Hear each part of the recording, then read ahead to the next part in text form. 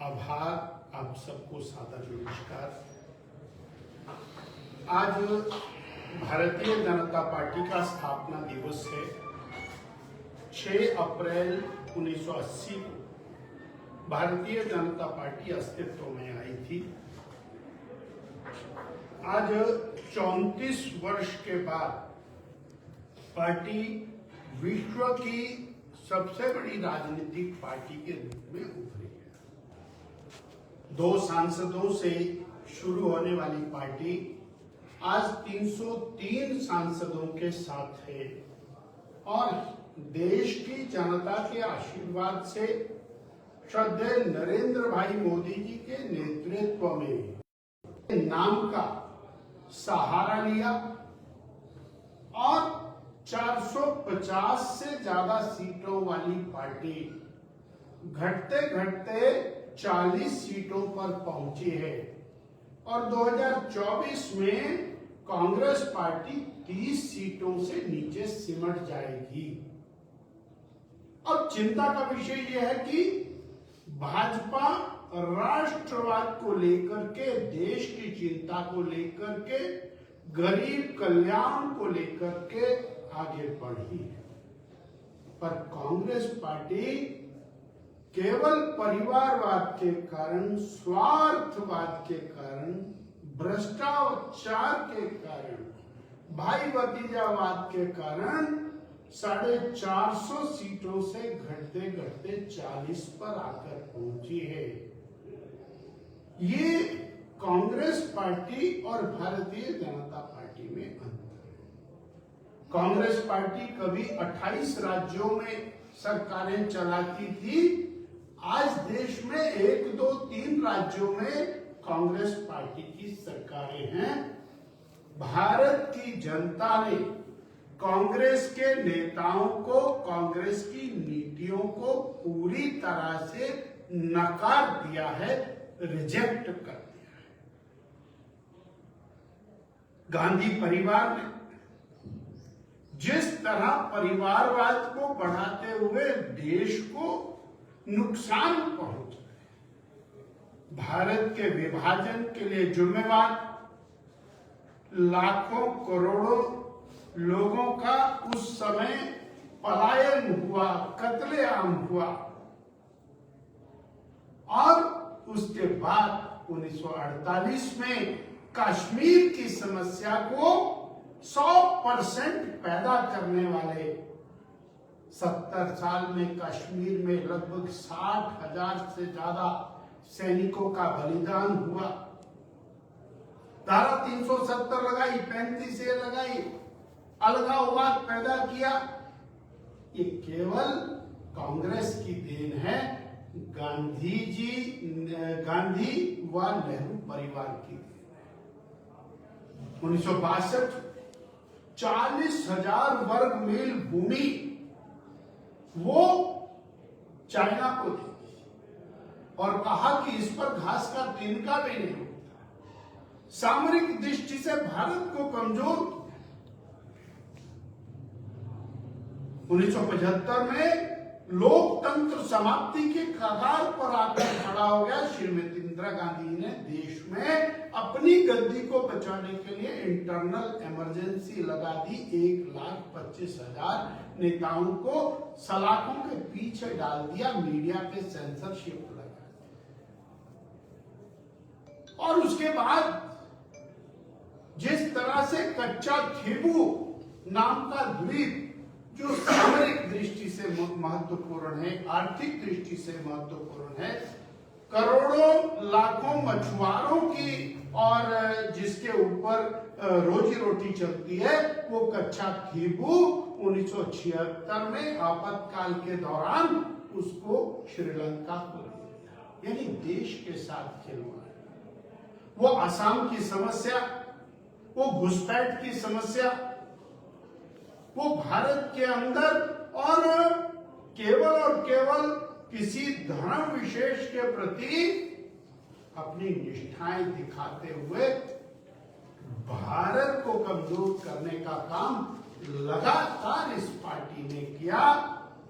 हम आज भाजपा के स्थापना दिवस के ऊपर ये फक्र के साथ कह सकते हैं कि गरीब कल्याण की योजनाएं, भारत के विकास की योजनाएं, युवाओं के विकास की योजनाएं, महिलाओं के कल्याण की योजनाओं को लेकर नरेंद्र भाई मोदी ने देश को एक नए और स्थान पर लाकर खड़ा कर दिया और अगले 5 साल में भारत दुनिया की तीसरी महाशक्ति बनेगा। जब आर्थिक रूप से तीसरी महाशक्ति बनेगा, उससे में गरीब कल्याण के लिए हमारे पास पूरा अथाह धनराशि होगी, सड़कों के विकास के लिए अथाह धनराशि होगी, इंफ्रास्ट्रक्चर डेवलपमेंट के लिए, स्वास्थ्य सुधार के लिए, यानी 11वें पायदान से 5वें पर आए, 5वें से तीसरे पर जाएंगे। जब 5वें पर आए तो 10 लाख करोड़ रुपए का इंफ्रास्ट्रक्चर डेवलपमेंट भारत के अंदर उपलब्ध होता है और जब हम तीसरे स्थान पर जाएंगे तो देश और प्रदेशों के लिए माकूल मात्रा में विकास के लिए धन उपलब्ध होगा। आज के दिन भारतीय जनता पार्टी ये संकल्प लेती है कि 2024 के लोकसभा के चुनाव में 370 सीटें भारतीय जनता पार्टी अकेले जीतेगी और अपने समझौते में 400 सीटें जीत करके नरेंद्र भाई मोदी तीसरी बार देश के प्रधानमंत्री बनेंगे। और ये जो तीसरा टर्म है, ये भारत के संपूर्ण उत्थान का, विकास का, युवाओं के, महिलाओं के विकास का टर्म होगा। आज स्थापना दिवस के ऊपर हिमाचल के 7,800 पोलिंग बूथों के ऊपर ये कार्यक्रम हो रहे हैं। पूरे देश में स्थापना दिवस के कार्यक्रम चल रहे हैं। इतना मुझे आपके साझा करना। एक विषय और तो ज्वलंत विषय नहीं लेंगे तो फिर वो चलेगा।